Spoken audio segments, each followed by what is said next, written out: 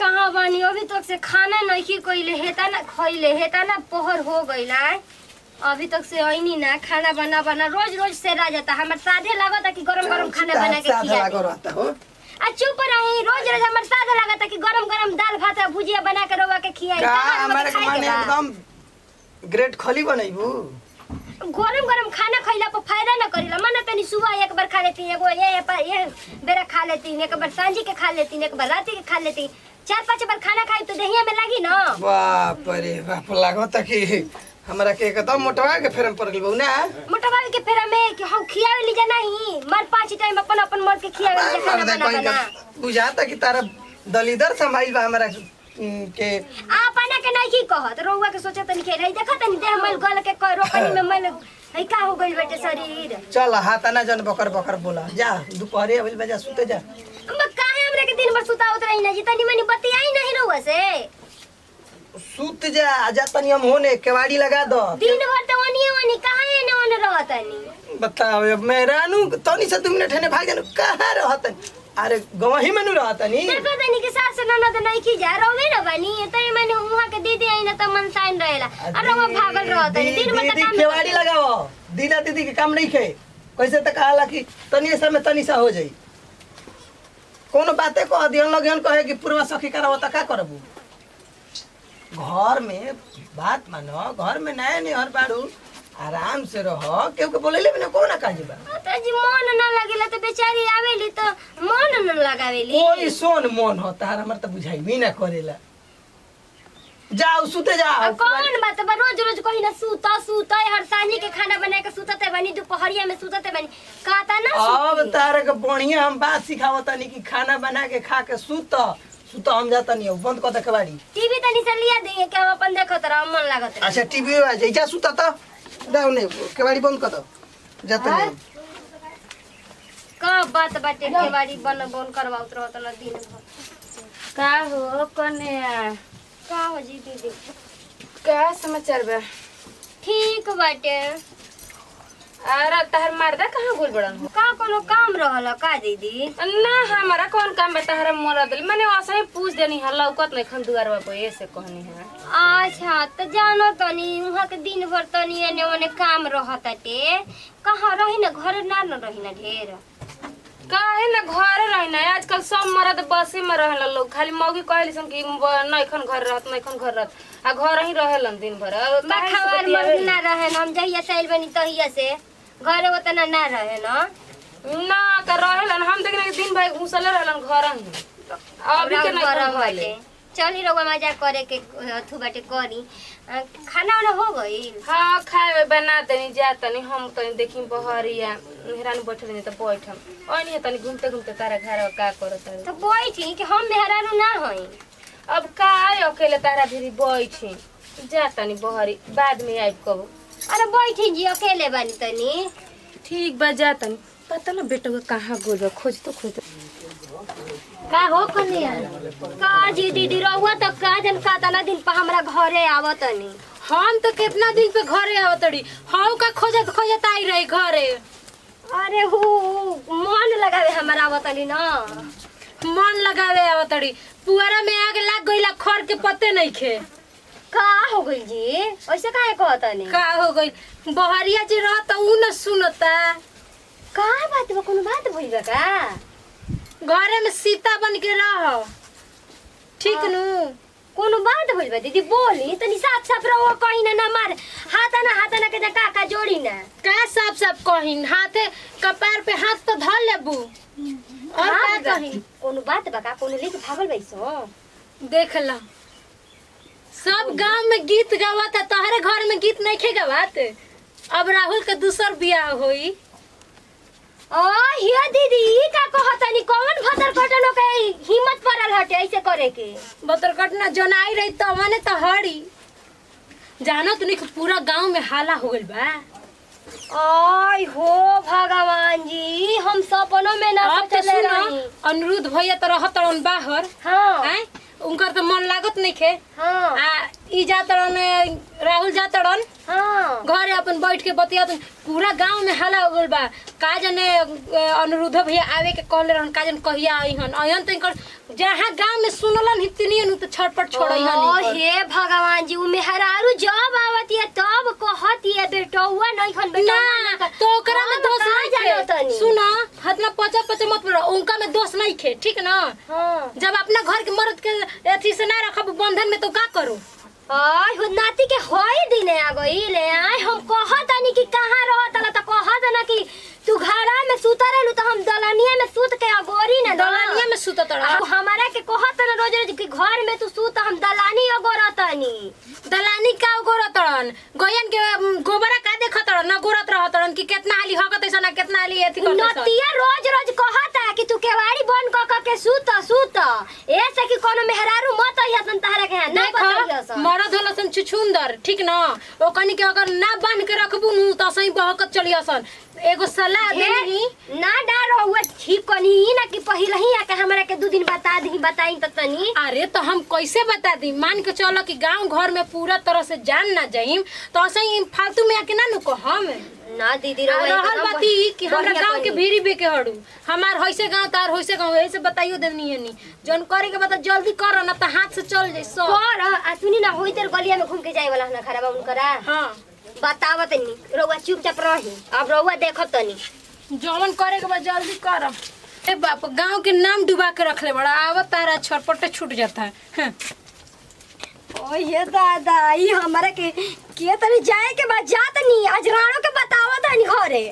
हमारा घरे काहे महाराज रुआ चल जाता नहीं बा का करी जी मन ना नु लागेला रोह के बिना देखो मन ना लगेला मान लो कि गौवा घरवा तो सब जानतो ही बा मान लो कि सब कोई जानता सुननी है जी सगरी हाला बर मौगी लड़ी ना नु अरे हमर मोहरनुआ की केहू बतइले नहीं खे ना जाने ले बहुत सीधा हिया ओकरे कुल से पता ना रहला हम 4 दिन तक कतनो देखी झगड़ा करी कतनो पूछी फारा पे चढ़ाई मत दे अरे हाँ पे ऊ कुल के शौकिए नहीं है हमरा मेरे ना हां तो ये देख हमारा उसे टेंशन ना गांव घर तो कुल जानिए गुल भाई ये दादा की फलाना भोज से करती है वैसे ए त गांव घर जानला से के कर छिपल बा के नहीं खे तू कर का कोई हमरा तो बड़ा चिंता होला का चिंता का तारा होता हो हम दुनिया आदमी ठीक बन जाता चिंता का बा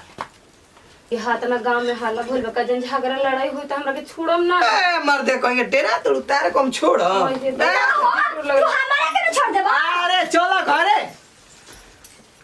काहे खटी जा रहा अरे आवा है ना घरे बात समझ में ना करबू तू पहले आ तू हो बड़ा बड़ा बैठात रहत रोज रोज हम कहत नहीं खाए तू हमरा घरे जात रहत हमेशा तुम काम से लगो रही कि कौन काम से बंद रहा कुछ काम रहे बेटा से तभी ना हो जब रवा पानी जी मरद बाटे बाहर आ रवा घर में हई गुड़ खिलावत नहीं का कर दे ना जा काहे के मरद बड़ी जी काहे बड़ी जब जा जा घर में हाथ खींच खींच लेके आई तो कातना घड़ी बदल उनका हाथ खींच के ले लेनी हाँ। उनका ले पूछा करवा हिम रवा एकदम अपन रवा आदत सुधार ली ठीक ना न त मरद के नंबर खोजे त तहरा दम बाटे त अपने मर्द के रोक के देखाओ ठीक बा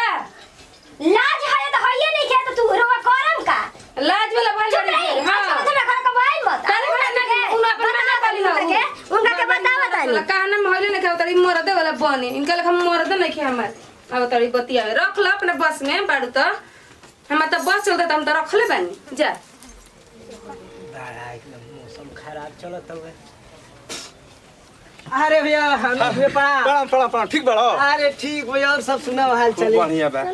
गोरे ने ओनिए से कहनी कि जाई तो गनो गाई बा कमाइबो करब काहे वो गनो हिट करता अरे भैया तोरा के का कोई हम खुद हम तो बैठ गेल बानी हां का करबो का करबो एगो बात बा सुनो ना का देख भाई खेसरिया के तो 3 महीना पे लइका भइबे कोई हां आ देख हम गाना गाइना आ तू भाई देख सिंगर हई जे एगो बात समझ ले भाई तू बड़ भाई हो यही से तार साथ जोड़ी बाटे इहो से जो कर लगले हमरा ले का हो रे या समझब तब न खेसरिया के 3 महीना पे लइका भई रहे न पहले रहे सिंगर न तो हम उहे सोचते कि भैया तोहरो 3 महीना पे लइका न तो एगो बात समझ ले क्या कहता है मौगी हमर कुछ करत ये का हम नहीं की रहत भैया ओतने ले समझ ल का करती अब तो ये नु कहाला कि मजबूरी के फायदा हम सोचतन कि कमाई 2-4 गाना गाई कि हिट कर जेबे कोई हिट उट करत नहीं ये भैया हिट के फेरे में रहबे न देख जातनी हम घरे कहले तो बढ़िया कहले बा कि अब केहू से मत कहिए भाई हम जाता नहीं सब भाई तोर के इंतजार हम करत रहे कि कहिया अनुरोध भैया एक तो नंबर ना रहे जान जा अब देख ले भाई कोनो के पैसा आटा था कहां से हमरे इज्जत के सवाल बा समझी तोर बात हम कुल समझ गए नहीं ई ना हमर भैया कटाता समझ एकदम जाता नहीं भाई यही से कहते बियाह नहीं किस करत रे बुलबुल ए भैया यही के चलते जान जो हमर बियाह हो कोई बड़ी खराब बात बा बतलाओ अनुरोध भैया कितना मेहनत करत हला मेहरानू खातिर का करत हला ना मेहरानू घर ही में ड्रामा कोइले बिया गांव में रे बोल बड़ी मरद होला भाई तक हमर मरद है का बोले रे मरद मरद अच्छा कोनी काजी प्रणाम नहीं क्या प्रणाम प्रणाम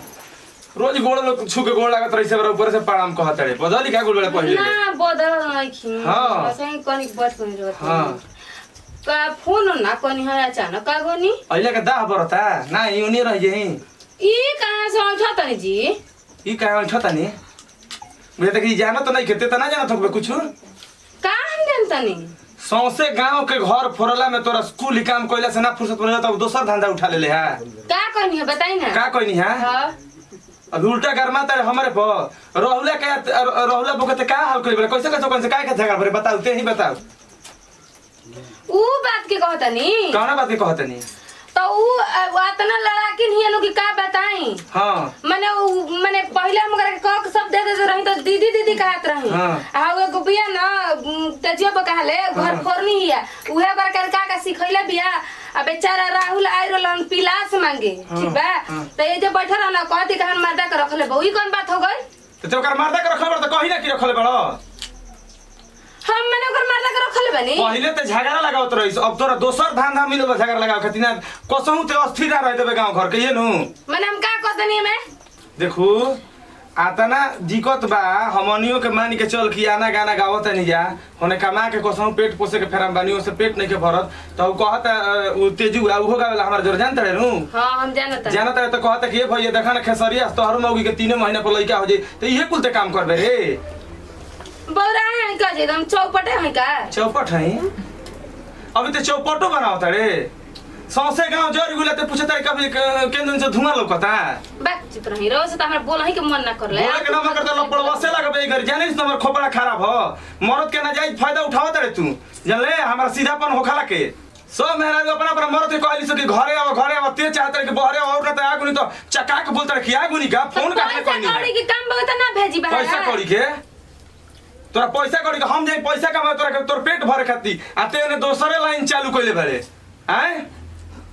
तोहरा नु खाली दिमाग अस्थिर करके सिखा दे वैसे दादी माई आजी के बात मत कर जानले हम दूसरा के सिखावला करी ना ते सोच की ते का करते रहते अपने ध्यान से बोल कुछ देखनी है आप का की से हां तो अस्थिर रह तोर वीडियो का रिलीज होगा हम आंखी से देखली आंखी से देखनी है उनका बोलत देखनी है रहुआ क्या ले उनके ले राहुल ले माने गुमोय गांव झूठ बोलता हमरा ले ओए गांव हुए तू बिया नु गांव में फैलैले बिया बुझाई ना तू तो अपने घर में कने तो फैलैले बिया तो अच्छा अच्छा ऊपर एक सुन हमर बात बनिया ही दिमाग अस्थिर कर ले आ निमन से सुधर जो ना तो अब की में कब भेटैबे नु तो हम तो कहिए ले कौन है ना झगड़ा होने लगले सब माने सुन धारी गुरने अब तोरा पेट ना भरा तब के हई धंधा उठै लगे कसहु केहू के अस्थिर मत रह दी निमन से रह खो पियो आ ठीक से रह केहू के घर ना बिगड़ जाला जाने तू तो खूब निमन करत जा तोरा ऐसा एथी करे करा त काहे ना हमरा कहले हम आ जेती बात चुप रही काम के बोलत रही ना